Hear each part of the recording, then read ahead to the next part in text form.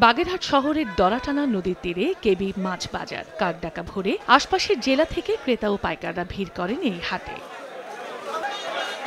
এই হাটে প্রতিদিনই বাড়ছে বিভিন্ন প্রজাতির মাছের সরবরাহ।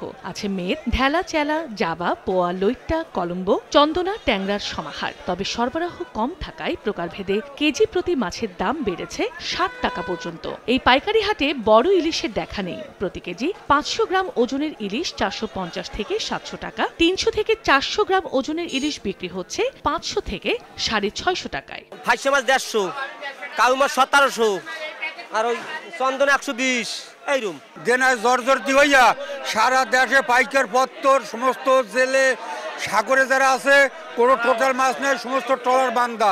ভারতীয় জেলেরা বাংলাদেশ জলসীমায় ঢুকে মাছ সংগ্রহ করায় দেশীয় জেলেরা মাছ কম পাচ্ছে, আর তাই মাছের দাম বেড়েছে বলে দাবি সংশ্লিষ্টদের। ভারতের জেলেরা আমাদের জলসীমানা অতিক্রম করে আমাদের দেশের মাছ লুট করে নিয়ে যায়।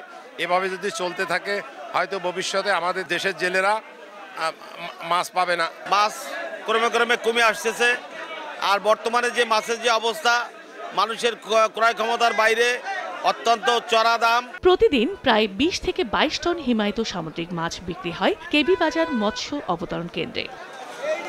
সময় সংবাদ, বাগেরহাট।